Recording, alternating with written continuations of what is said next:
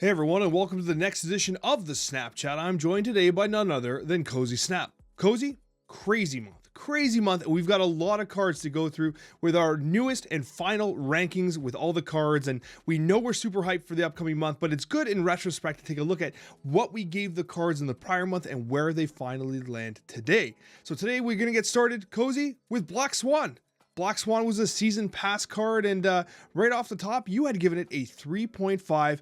And I came in, Cozy. I came in hot. I came in at a 5-star rating. Cozy, I'm giving you the floor here. I'm ready. I've taken some liquid courage. I'm prepared for what is going to be coming my way. Well, first, I just want to say it might be my favorite topic we do because it holds us accountable. Like, I'll get comments like they chat up cards so much. I'm like, look at the tape, guys. We actually are pretty fair. However, this is what holds us accountable right here. This is what makes us not just be like 5-star, whatever. We gotta look back, and Alex, I get it though. I get it because of it being the first 3 costs with a positive effect. Like, I understand where you had it in your head that it was gonna be a 5-star, and I think whenever I gave it a 3.5, my opening words were, you either need a lot of ones, which makes it bad, and you rely on Hitmonkey, or it's just an awkward play and you can't capitalize on it. And that's what it ended up being, man. And that's why I gave it that 3.5. I'm not going to give you too much crap, even though I know you would be burying me right now if it was me. But Alex, where do you land as your final ranking for her after, playing her? Which, I'm going to be honest, man, I kind of only played her that first week and maybe a little bit after that. You know what? Honestly, she plays like a 2-star, but ultimately I think she's going to be a 3-star moving forward because the change to Lockjaw has made her much more important in those Thanos Lockjaw based lists. Because if you Black Swan on turn 3, you can Lockjaw in a stone on turn 4, which is important. Because if you can't do that, the whole deck's just dead. She's got to be a 3-star just for the stat line, too. Like, just like what she kind of brings. I think we're seeing now I think we're seeing 3s go up. I think they've identified as an awkward cost, right? So, like, I don't know how much longer we'd be like 3.5 so great when, even Swordmasters are 3.7 now. Like, obviously, whatever. Everything's getting increased, right? Same here. I have her as a 3, just kind of nailed down there. Because she's kind of pigeonholed, too, into a couple of deck types. Even though she's got the good stat line, she kind of is only in a few decks, and that's, I haven't seen much of her at all, I'll be honest. In ladder and competitive play, but where are you playing her? I guess just Thanos bounce. Yeah, basically Thanos exclusively is where I've been playing her. Any of the Zoo style decks I had originally designed just didn't pan out, just didn't feel right. It just didn't, like, you're putting too much ones in the decks. It just didn't feel gross. Like, yeah. So in Thanos, I think it still makes quite a bit of sense, but like, honestly, it still holds 15% of the meta. Like, in terms of the most recent patch, and that's because it's holding Thanos together, Thanos Lockjaw together. And I think people that, like, old habits die hard, for instance, right? The win rates are down. On aggregate, it actually has just barely a 50% win rate. So, and it's post infinite, right? So, I mean, it's not great. It's not great. The numbers are not kind of showcasing it as a 5-star card. So I definitely missed the mark on this one. You know what I want to see with this is I think she could get a small play too with Pixie. Potentially, right? So if you have all these 1 costs and all these 6 costs and it happens to screw you, I think it's going to count where you could then play those ones that got screwed for free. Like, I potentially good call. Might be in there. And like, to that note, right? Like, it's all 1 cost cards moving forward. So we know Black Swan is going to continue to have some relevancy.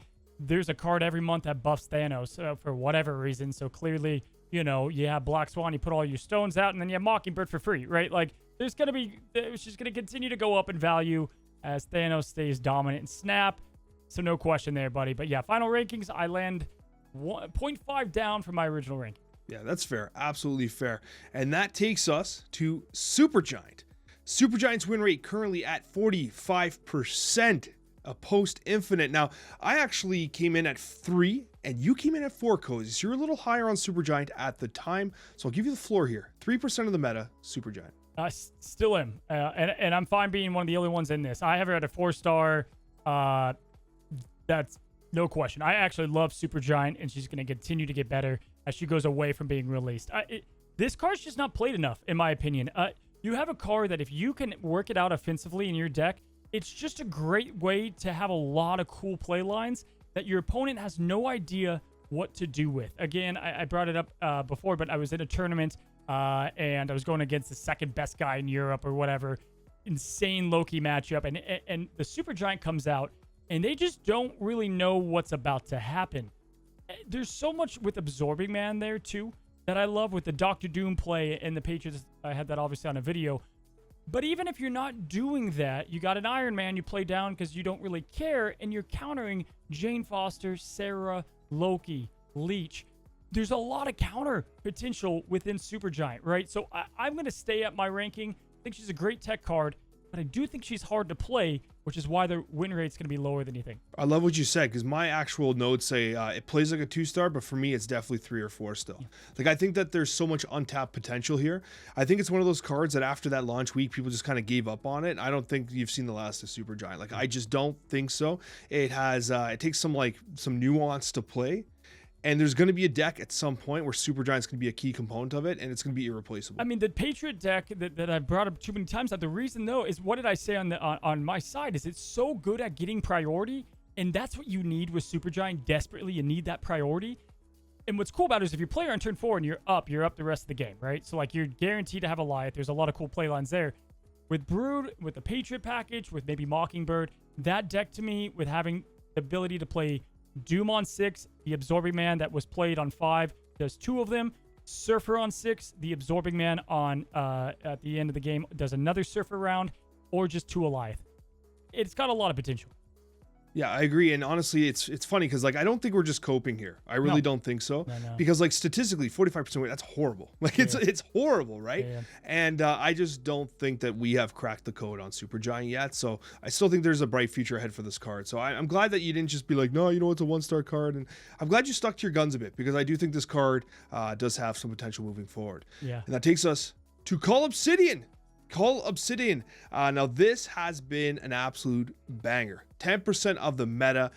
We both came in at 4. We both came in at 4 stars here, which I think took a lot of people by surprise. Comment section was like, really? Call Obsidian's the one you're excited for? Yeah. And we kind of said, hey, it's dumb power. It's straight up dumb power. This effect does not seem hard to actually pull off. And spoiler alert, it is not hard to pull off.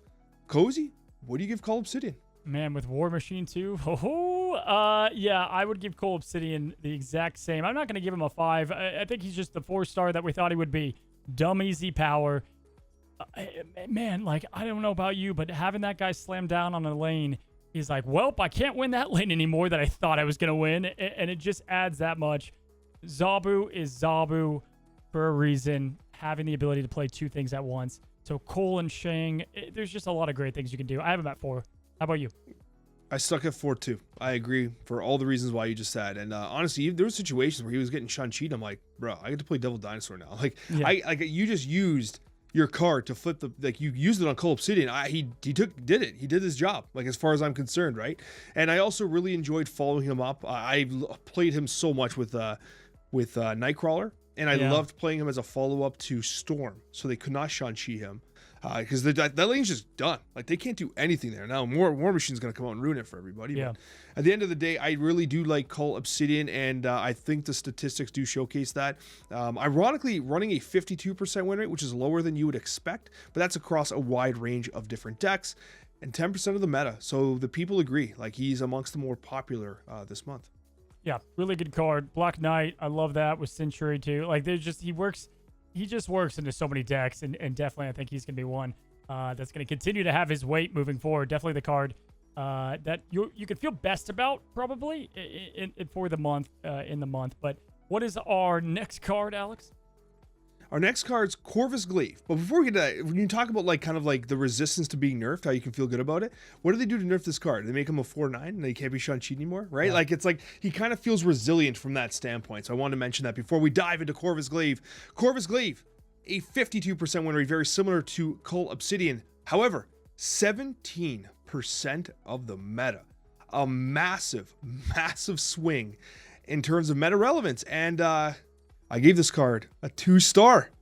So this one I'm going to be harder on for you than the original Black Swan, because this was the biggest scare on my side to go high on. Remember, like, I remember being like nervous. People were kind of called me out of it. Like, that was the scariest card to go high on because the potential to flop, and I try so hard not to flop with these cards, right? I really know that people take the advice from both of us. They want to get the right cards with the tokens that are scarce. And then when you went 2 and rated him the worst card of the month, it was a bullet to me. He did exactly what I thought. He plays right into the decks I thought. Hell, even the Copium Agathas works with him. But he also came out at the right time. He came out when Hela was booming, Black Knight booming, Ramps booming. He does 2 different archetypes. He's more flexible than we thought. 6-cost cards are better than ever, so independently playing them is great. Corvus Glaive is going to be a core staple moving forward. However, Hope Summers does hurt his stock a little bit in the role that he was playing in Ramp somewhat. I think you probably would rather her some stakes because it's way less, against you than Corvus. But man, discard and Hela is going to have this card forever. Yeah, and you know what? I gotta be honest with you. Like, I still don't like him that much. Like, I know this is crazy, and like against all the stats, like, for me, he's a 4-star card. He's definitely a 4-star card. There's no question about that. Me as a player, I like him 2 stars. You know what I mean? Like, I actually don't like him that much. And I don't know if it's because like, I don't like, I haven't been playing as much like the Hela and that stuff. But even in Ramp, I was like, I could live without him. Like, I could live without him in Ramp. I don't think he helped in a couple Ramp decks, but Ramp was just never good enough. Like, Ramp never, even with him, I think Ramp's not good enough. So it's like he didn't elevate that archetype, and like, so I was like, you know what, I get it. People got hyped up for him, but like, I was still a little hesitant on him. But I will admit, you were definitely closer to the mark, 100%. You took a risk, because it is hard when your co-host is saying 2-star, this card's poo-poo, and you come out and say, no, I think this card's way better. But it also makes these discussions really fun. Well, yeah, especially like if we just went 3-3-3 on all these, it's like that's the safest avenue. If it whiffs, like, hey, I wasn't too far off, right? The 5s and the 2s, we don't do too much 1s unless it's like a martyr. But the 5s and the 2, you're like, man, I'm gonna look like a dumbass if I miss this one, And so like that I was getting my dunce cap or hat ready. Do people even know what dunce caps are anymore? I barely. That's an outdated term. But anyway, Corvus, fun card. What about his wife, Proxima?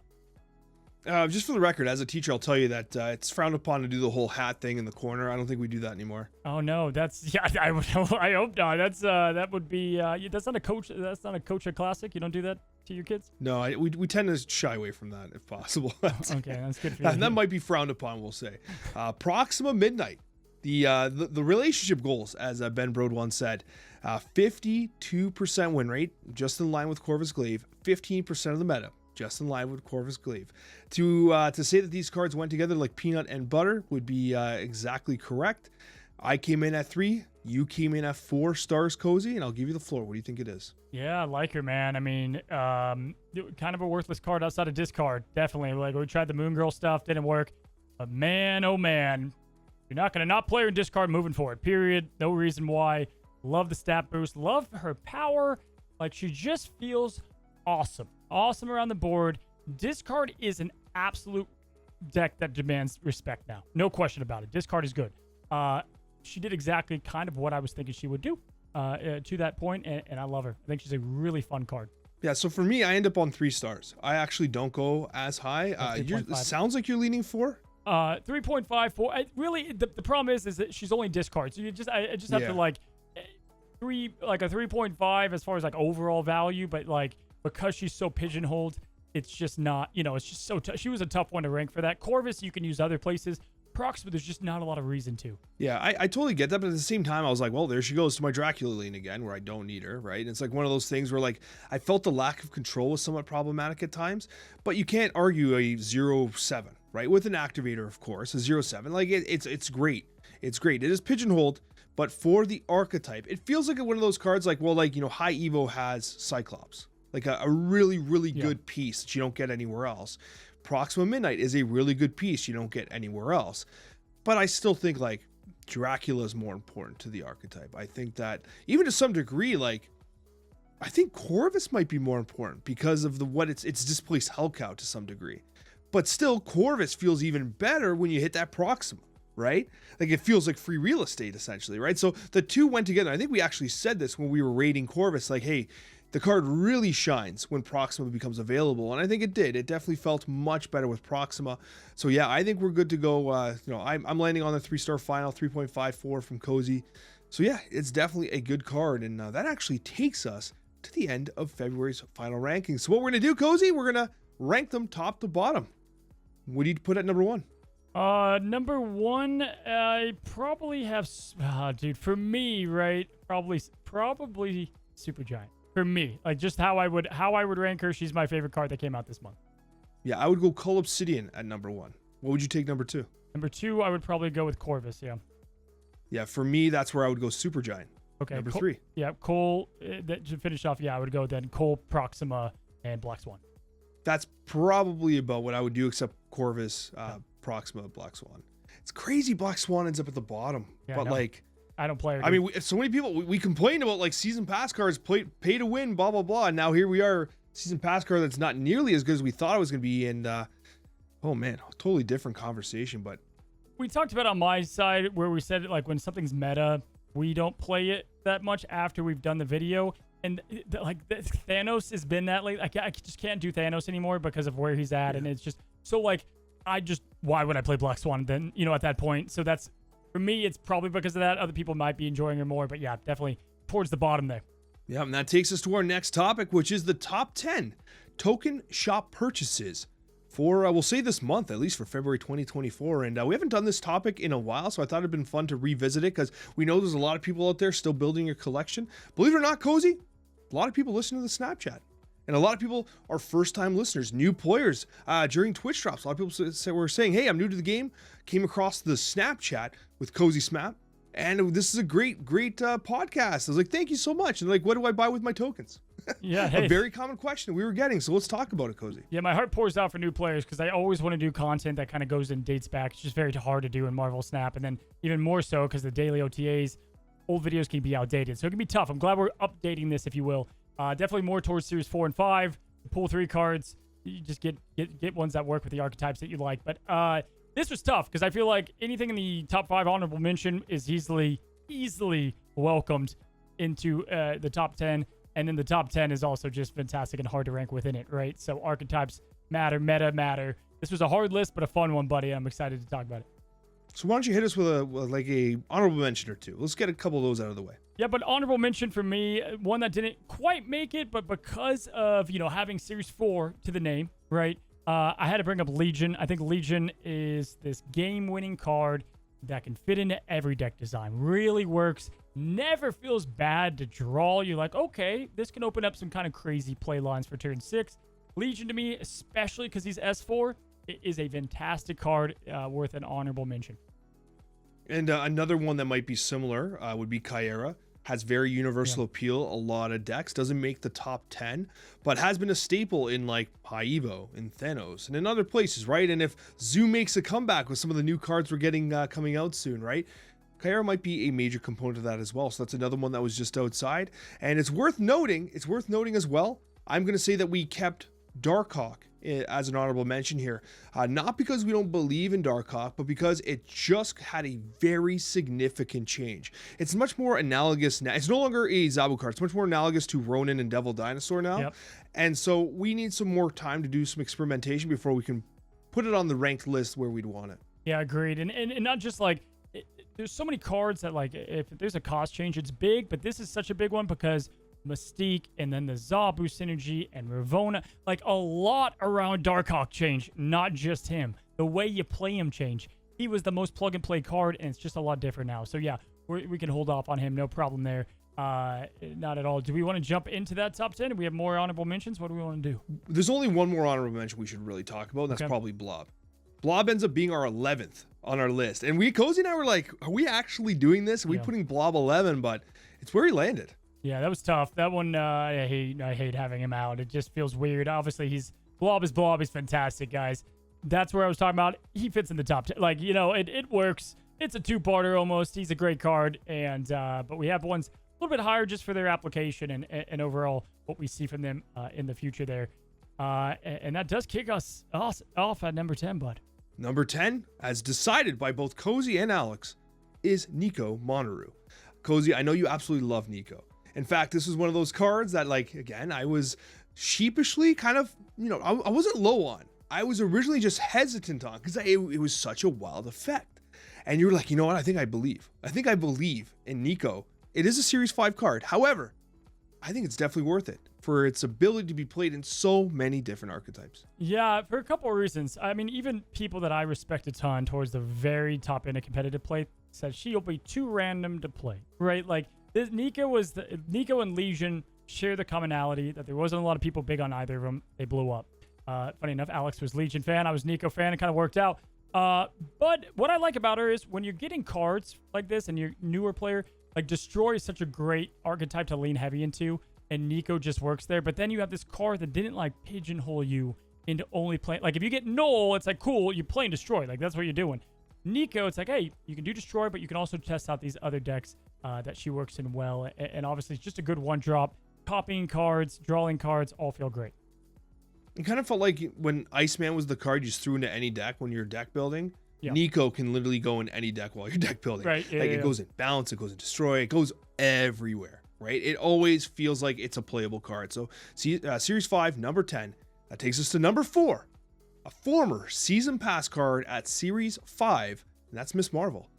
You can't argue with the power output here. It has seen a recent nerf. This is one of the absolute best cards in Snap for the longest time. The nerf has brought it down quite significantly, but still from a power perspective and a play perspective, still one of the best cards in the game. And not just the nerf too, but you also have Omega Red, who just has now kind of offered this really nice alternative that isn't that hard to contend with. It's not as much power, but it's way less susceptible to be countered and just easier to get out in different lanes. You don't have to play it in the middle. So I think that also affected my ranking for Miss Marvel.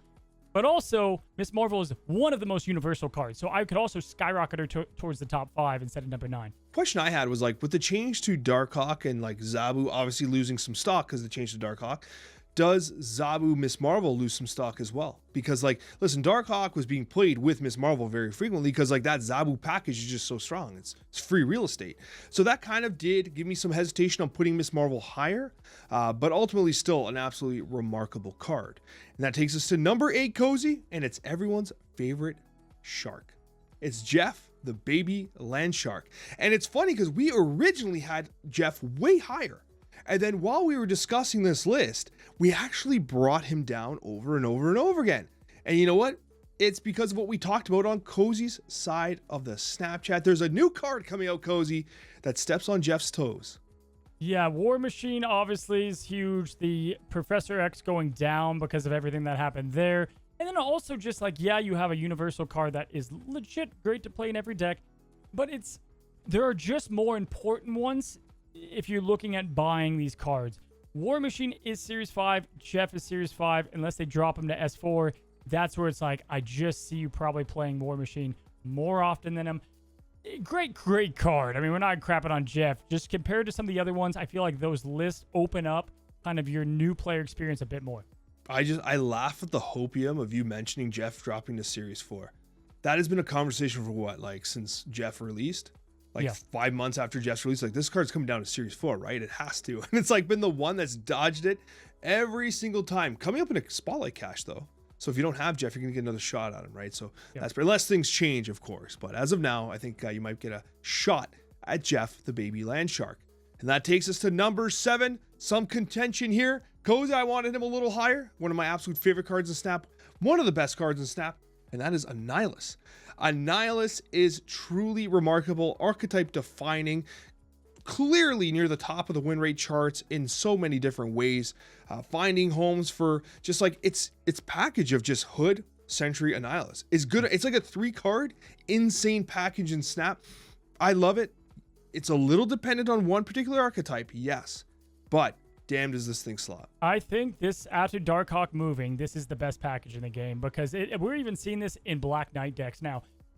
The thing is the threat. It's the threat of him. Like having a Sentry play out and that Void's over there, like you don't have a choice but to alter all of your game plan and move cards to the right and work on that right side.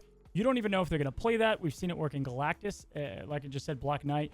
But also, like if you're a new player and you have Hood and Sentry unlocked as Series 3, if you have those guys done, this is the no-brainer card because all of a sudden you now have this core 3 that can work in every single deck in Snap. Annihilus doesn't get the respect he deserves. It's funny that he got nerfed. It didn't matter, right? Like just so good. The Hood, having the Demon, having the Void swap, massive card, fantastic. Yeah, it's absolutely one of my favorite cards in Marvel Snap right now, and I don't see that changing for a while. Takes us to number 6, another Series 5 card, and it's the big purple toot. It's Goliath. Yeah. This card feels like it can go absolutely everywhere, and I think it's almost best in decks where people are not expecting it. Lockdown might not be as popular as it once was with War Machine coming out, but honestly, even without Lockdown, like, I'm able to play Goliath with some pretty decent confidence very frequently. I've been using him in Galactus-based decks and junk-based decks because if I clog one location, well, I know where you're probably going the next time, right?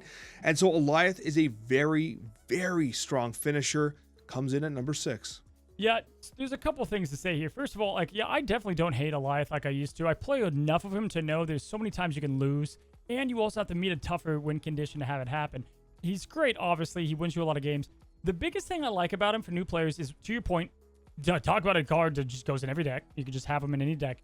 But I love what it would teach somebody new about priority. In fact, it almost teaches you to be fearful of Goliath. Because you need to start, he forces you, he's one of the only ones, to force you to look at the glowing around your name and look at priority and planning for priority. So just that alone, kind of like Sarah Control used to teach you so many things about that too, Goliath kind of fits that spot.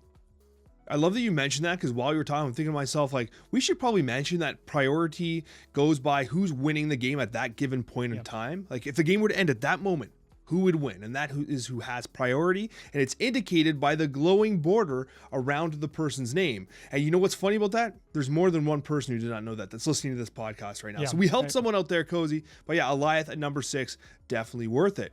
That takes us to number 5. We're in the top 5 here. Another Series 5 card. And it's one that Cozy, I know it's one of your absolute favorite cards in the game. And Cozy wanted it higher, and I'm the one that dragged it down to 5. And it's Iron Lad. So Cozy, I'll give you the floor here. Yeah, it's just talk about the card that he's in my list. He's no one does what he does, and we say that all the time. But truly, so many lists just work with him, and the synergy this guy has with Doom and any ongoing card, but obviously Iron Man, Blue Marvel, it all feels great. Giving your opponent like an advantage of seeing what card is coming up, and who cares? Like getting multiple plays of so many. We love Moon Girl. We're getting multiple copies of cards. That is this, right? He's 4 cost 2, dude. He's 4 cost 2, so Zabu.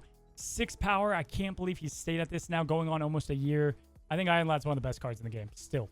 One of my favorite things to do with Iron Lad is actually to run him with like Jubilee when I really need to pull something on turn 6 and be like, hey, I'll Jubilee first, and if I don't hit it, if I don't hit the Heller or whatever, we'll Iron Lad and let's see what happens. Oh, well, that's right. I'm gonna hit that Heller. I'm gonna hit the Tribunal or whatever it is, right? And I think that the ability to reach, it's like a free draw. Yep. It's like a cheated draw to some degree. That ability to reach into your deck and take a shot does a lot of like really hype moments in Snap that I appreciate. So I really do like Iron Lad, but I did drag him down slightly, Cozy, but we got some bangers coming up. And the last comment on him is I also love that he ages like wine in late turns. Like, I love him on turn 6. You can see you have 2 cards left in the deck. It's like, hey, great, 50-50, or they're both good, right? And like that is key to how you play him as well.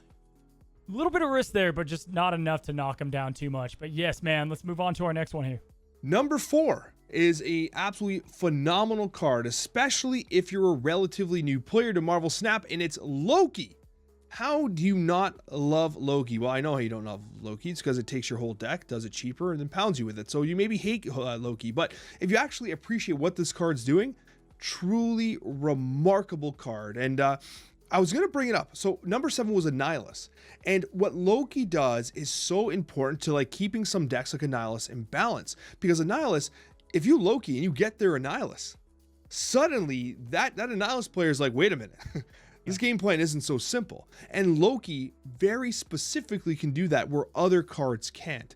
And if you're relatively new to the game and you don't have a large collection, Loki lets you experiment with your opponent's cards. It lets you play with collections you might not otherwise have. And a lot of the core cards that like exist in Loki decks are cards you probably have. Agent 13s, Devil Dinosaurs, Coulsons. It's a relatively inexpensive deck. I love Loki, and it comes in at number 4 for us. Yeah, to add to that, I would say I don't have a problem with Loki like other people do. I don't think the deck is that hard to beat, but I also don't think it's hard to retreat from. Like if you don't have the right play lines, there are decks that if you get too greedy, he's kind of the release valve for that. Like he just, you're going to get completely torched if he gets the right cards. Loki, you're going to see from our list here why some of these are ranked even higher is that Annihilus, we love him. He's amazing. But Hood, Sentry are important. Loki, you just need him. You just need Loki, and then you have Devil Dinosaur and all that goodness, and then you're good to go. You have Sentinel, you have all the cards that already work with him. So cards that you want to buy that give you access to not only a full deck, but a competitive one is what gives us, giving them a little bit higher ranking. Absolutely, I agree. And that takes us into our top 3, Cozy. These are absolute bangers. And honestly, Cozy and I, we could have debated this top 3 forever. So I'd love to hear your thoughts down below on this top 3, because Cozy and I had some hot takes that we had to decide finally on this ordering. And we do go at number 3, Series 5, High Evolutionary. High Evolutionary for much of the same reason as Loki. If you're someone who is relatively new to the game, building your collection, this is like an automatic winner. Like you buy this card for your tokens and you have everything you need. Like it's literally right there. Some risk. There's some risk with Red Hulk coming out in the future. I was just about to say but that, overall, High Evo's pretty damn solid. Yeah. If you're going to get High Evo, get him as soon as you can, because him with Hope Summers is going to be correct, and then he's going to come down. And that might indicate what Glenn has seen. He might be like, well, High Evo is about to rule the month of March. That's where we have Red Hulk coming in to tame it down a little bit, right? We see that all the time with different things that come out in games. They kind of plan that ahead sometimes. Red Hulk is going to be adding to that, but also just put Red Hulk into your High Evo, and then you have Hulk. I don't know. I think it'll add a nice counter to the deck, but still, it's going to do what it does well. Yeah, no kidding. I think that it's a definite, like, you want to buy it. You want to have High Evolutionary in your collection. It's that good. And that takes us to number 2, and it's the king of the castle in the current meta. It's Thanos. Now, the reason why I think Thanos is an absolute must-have, forget about the win rates, forget about the meta efficiency and meta relevance. You don't get an experience like playing Thanos. It is a complete archetype defining card, a whole new way to play Marvel Snap. Thanos has to be in your collection. It's without question. Yep. I mean, 100%. And if you don't, listen, if you watch the MCU at all, like, you get to play with Thanos, the Thanos, and he lives up to the hype. And he lets you experiment with decks and teaches you really good card mechanics too. I love him. He's a great card. Yeah. Obviously, number 2 with High Evo, both those just giving you access to these decks. Yeah, and honestly, like, again, you will not regret getting Thanos. Even there's been times where, like, oh, Thanos is dead. He always comes back. Yeah. He'll always have a presence in Marvel Snap. And honestly, Marvel Snap's a better game for it because he's the king. He's the Titan. He's the Mad Titan. And that takes us to number 1, Cozy. It's a Series 4 card. Finally, a Series 4 card, number 1. And it gains some points for that reason. And it's everyone's favorite cat. It's not Goose. It's Zabu. Zabu comes in at number 1. And this was a bit tentative. Like, we were like, do we really give Zabu number 1? It is a Series 4 card. And it did just lose Darkhawk. But damn, it's getting War Machine. It's going to get every other 4 drop that ever comes out unless they nerf the crap out of it. How do you not love Zabu? Yeah, this was the one I wanted to just skyrocket up there. I just, the more I think about it, guys, truly the best thing you can do in the game is being able to play probably the best valued cost at 4 and playing 2 of those cards on turn 6. The access to that, and that he's Series 4, so it's not a huge token buy either. Having the ability to play Shang-Chi and Enchantress, Shang and Cole Obsidian, whatever you want to do, it's what is dominating Snap, right? Like, when Darkhawk got nerfed, I even said, like, I didn't realize this guy was even a problem right now. It's certainly not this saber-toothed cat that nobody knew who the hell it was before Marvel Snap. No, Zabu is clearly the issue. And I think, though, that they're so far into boosting up 3 costs and like moving things out of 4, the Zabu is probably not going to get touched because of that. Like, they've kind of already like adapted to this game plan. But he's just going to be a problem moving forward, because it's like that 4 cost slot, you always have to be careful, right? Of that, you have War Machine. Zabu is such, you're just not mad if you get Zabu, no question, as your number 1 or our voted number 1 token shot by. Yeah, you are right. He does somewhat limit design space, doesn't he? Like, he definitely makes 4 cost cards tricky to deal with, because the ability to play 2 on turn 6, and of course just to play 1 on turn 3, like, they're statted in a way where they are like formidable. They should be. 4 cost cards should be a formidable presence. but you're able to play Shang-Chi and Call Obsidian on turn 6, right? Like that's not insignificant. So really good call there, Cozy. And Zabu does take our number 1. Series 4, which is notable. If it was Series 5, I think that it would drop below Thanos and below High Evo potentially. But as a Series 4 card, you're paying half the cost for one of the best and most meta-relevant cards in Marvel Snap. And Cozy, that takes us to one of our absolute favorite topics every single week, and it's the Snapchat mailbag. We've got a few questions here from our wonderful community. If you'd like to ask a question, ask it down below. And while you're there, don't forget to leave a review for this podcast. It helps us tremendously, guys, as we move on to question number 1. And it is from Dana Arker. And it reads, the other week you guys were talking about iconic characters deserve to be good and mentioned Quicksilver needed to be changed. What do you think about him or a different card having the ability to make the game only 5 turns? So like the opposite of Magic. What if Quicksilver made the game only 5 turns? Cozy, what do you think? Oh boy, that's great. Yeah, I mean it's like a pocket TVA in a sense, but does 5. I mean I'm here for it. I like the ability. I don't know if Quicksilver would be the one to get it, but I'm all in for that. I don't even know how you stat that card. I'll be honest, it'll fry my brain. But I love the element that Magic brings. Love it to death. And I think it'd be really cool if that was I mean, we kind of have that with like Storm Legion. It's like, oh, hey, it's done on 5. But to have that as like a 4-cost card would be cool. Because then they have that 1 turn. It's like, hey, here it is. Or whatever that might be. Like, I think that'd be a cool way to get it out. What's interesting, though, is I actually don't like playing TVA games. Like, TVA actually kind of bothers me. So I wonder if this card would be like really frustrating. But in theory, it seems like it could be potentially interesting and potentially cool. So I like the idea. Maybe Quicksilver because, like, you know, the game's quicker. I don't know. I'm just throwing it out there. They would have to do what Magic. If you look at her restrictions, essentially you would have to play this card by turn 3. You'd have to give your opponent enough time to know that there's 2 more turns until the game ends, and that's kind of what Magic does too.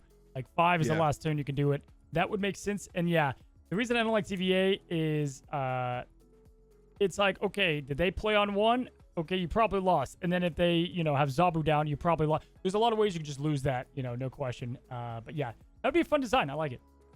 Yeah, it definitely does rip the agency out of the play experience quite a bit. There's very few TVA games where both players are playing out turn 4.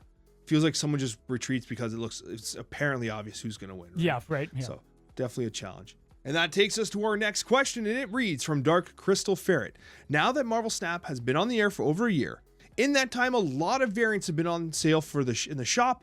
Cards that you only get 1 chance to buy, and therefore you lose the opportunity for new players to acquire and albums you cannot complete.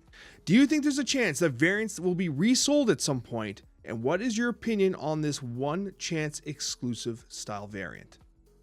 Oh man, tale as old as time, guys. Skins and games, man. Skins and games. I will always be for the camp of exclusive. That's just what I've grown up with, right? Like, I think skins and games, like, you can get them at events and that's it. Every now and then I'm okay with them maybe, you know, having a couple of those in there, but there's something really cool about only being able to have you know, the Dan Hip, Hulk, and Iron Man if you played at launch with the beta. All like there's some that just should be in there for that.